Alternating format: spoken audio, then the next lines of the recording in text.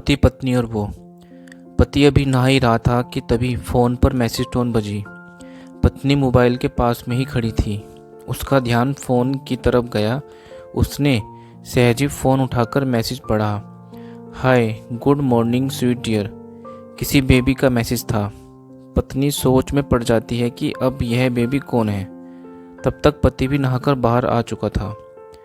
पत्नी उसे किसी बेबी का मैसेज आया है बताती है। पति मुस्कुरा देता है, फ़ोन उठाकर उस मैसेज का रिप्लाई करता है, hi baby, how are you, और अपने काम में लग जाता है। पति के मन में उथल पुथल चल रहा था।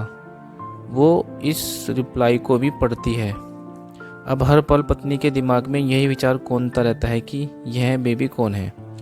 शाम को पति घर आता है। पत्नी उससे पूछती है, यह बेबी कौन है। पति जवाब में सिर्फ मुस्कुरा देता है और फिर से अपने काम में लग जाता है। 2-3 दिन बीत जाते हैं। उन विचारों ने अभी तक पत्नी का पीछा नहीं छोड़ा था और फिर से पति के मोबाइल पर फिर एक बेबी का मैसेज आता है। आज तो मिलोगे कि नहीं, तुम्हारी बहुत याद आ रही है। इस मैसेज ने आग में घी का काम किया। पत्नी का शक और भी ज़्यादा पक्का हो गया। बीच बीच में ऐसे मैसेजों का आदान प्रदान होता रहता और पत्नी के मन में शक की जड़ें और गहरी होती गई। पति पूछने पर भी जवाब में सिर्फ मुस्कुराहट के और कुछ नहीं कहता। यह शक गुस्सा बनकर तब ज्वालामुखी की तरह फट पड़ता है जब एक दिन उसे अपने पति की जेब में सिनेमा की 2 टिकटें मिलती हैं। पत्नी अपने पति से बहुत झगड़ती है। पति उसे समझाने की कोशिश करता है लेकिन वह कोई भी बात सुनने को तैयार नहीं है। पति को भी उस पर गुस्सा आ जाता है और यह झगड़ा और भी ज़्यादा बढ़ जाता है। गुस्से में पति बाहर निकल जाता है। पत्नी का गुस्सा पति से कई गुना ज़्यादा है। तुरंत वो अपना सारा सामान पैक करती है। एक चिट्ठी लिखती है कि मैं मायके जा रही हूँ हमेशा के लिए, और पति का घर छोड़कर चली जाती है। गुस्सा शांत होने पर जब पति घर आता है तो चिट्ठी पढ़कर उसके होश उड़ जाते हैं। 10 दिन बीत जाते हैं और गांव के उस घर पर डोरबेल बजती है जहां पत्नी रहने चली गई थी।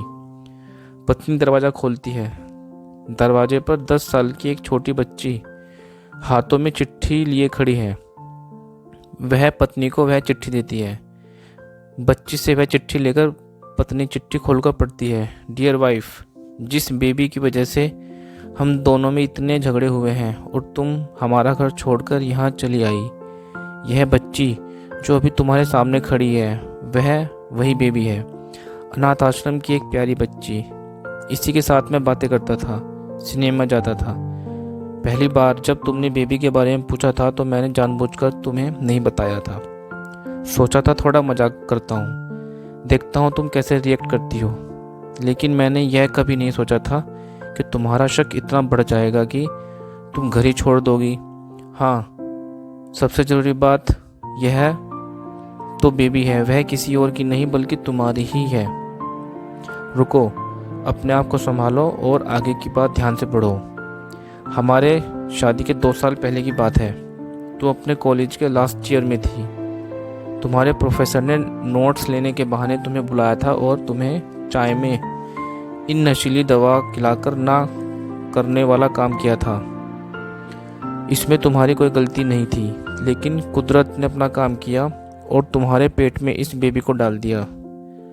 काफ़ी प्रयास करने पर भी अबॉर्शन नहीं हुआ तो तुम्हारे घर वालों ने समाज के डर से तुम्हें 6 महीने तक घर में ही रखा।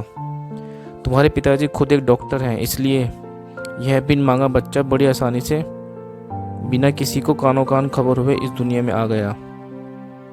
भविष्य में तुम्हारी शादीशुदा जिंदगी में कोई प्रॉब्लम ना हो, इसलिए तुम्हारे पिता ने इस बच्चे को गांव के एक अनाथ आश्रम में छोड़ दिया। यह बच्चा मतलब यही बेबी जो अभी तुम्हारे सामने खड़ी है। अगर अभी भी विश्वास नहीं हो रहा है तो इस बच्चे के गाल का वो तिल देख लो जो शायद तुमने उसे आखिरी बार रोते हुए देखा होगा, या फिर अपने पिताजी से पूछ लो। पत्नी जल्दी से उस बच्ची को पास में लेकर उसके गालों का तिल दिखती है। उसका मन भर आता है। उसकी आंखों में आंसू आ जाते हैं, लेकिन अभी भी चिट्ठी बाकी है। इसलिए वह आगे बढ़ती है। मुझे पता है अभी भी तुम्हारे मन में यह सवाल उठ रहा होगा कि यह सब मुझे कैसे पता। तुम्हें बता दूं कि यह सब तुम्हारे खुद के पिता ने ही अपने मन में उठ रहे पश्चाताप को शांत करने के लिए शादी के 1 महीने पहले मुझसे मिलकर सारी बातें मुझे बताई थी।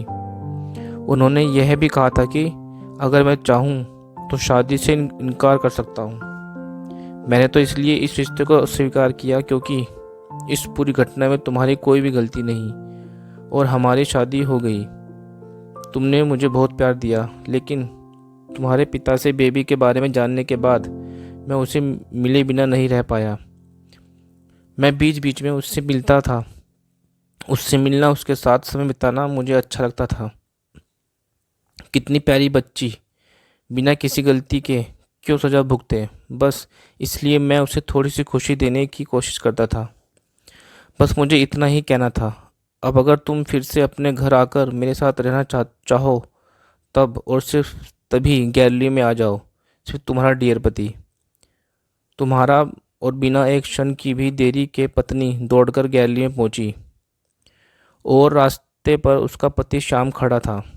उसके चेहरे पर मुस्कान और पत्नी की आंखों में आंसू थे।